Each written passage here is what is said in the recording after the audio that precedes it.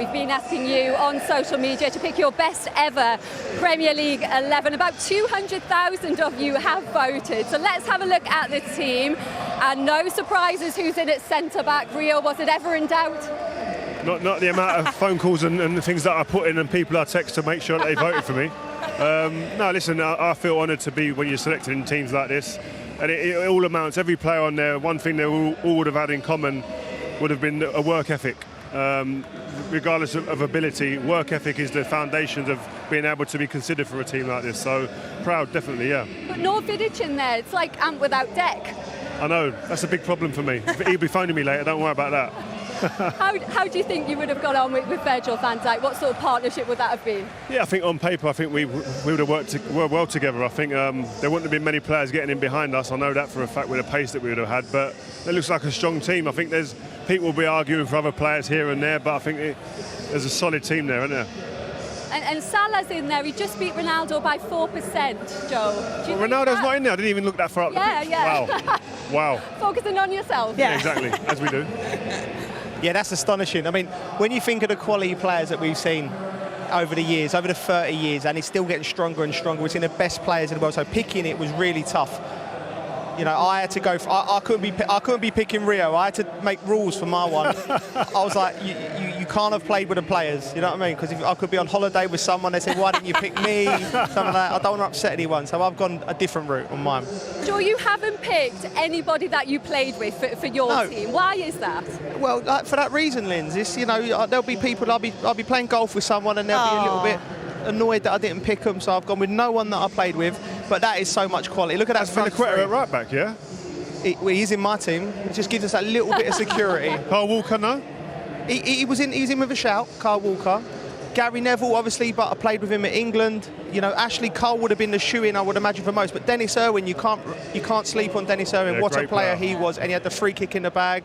I just think that team would be undefeated. Tony Adams, he'd probably end up being my captain.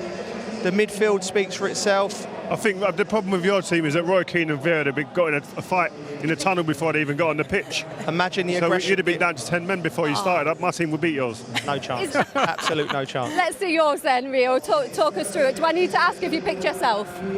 Yeah, I picked myself. I don't care. Of course he did. It was never in question. First name on the sheet. I was captain, didn't I? But no, you know what? I woke up this morning thinking about this team and thinking I should have put Lampard in.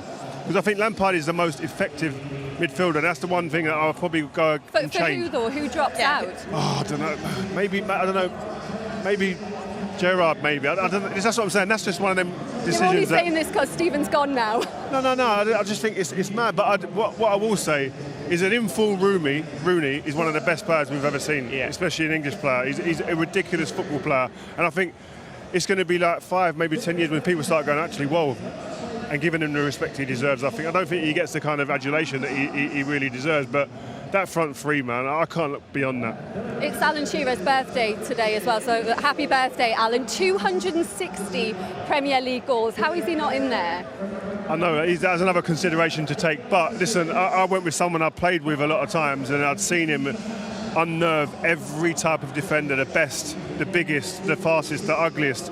Rooney done that every single week we went out there, so that's why he goes in there. I'm sorry, Al. But that is he in your team, Rachel? Big Al, yeah. Not because it's his birthday, but because he is the best. You know, as far as goal scoring, he's got everything. That front three similar.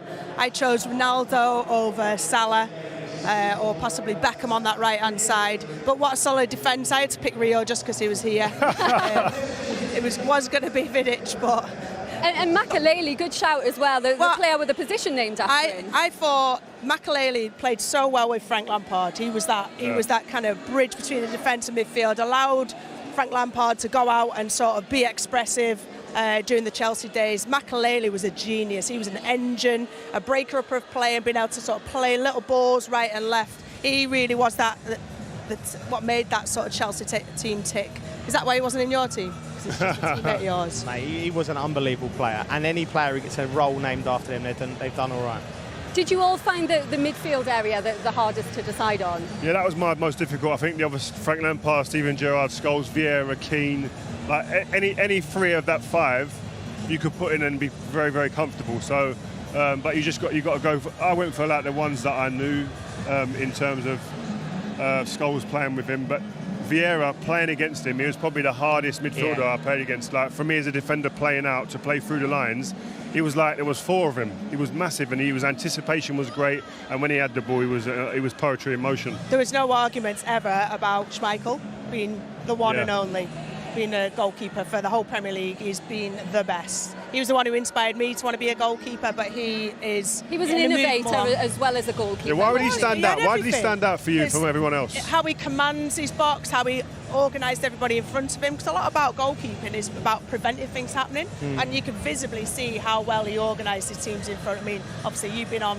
sort of the end of it from his organisational side of things, but made massive saves. You see him making saves that just look physically impossible. You know, scooping the ball. I remember there's one where he was back and dived sort of 5 feet in the air, clawing it back out. He's the one who won championships for Manchester United.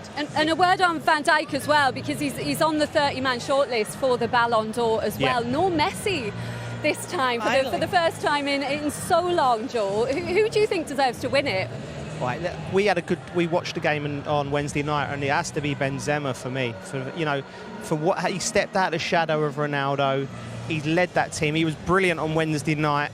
Unbelievable player with his ball to it. Rio's marked him many times, and he sings his praises. And then I think it's his time now.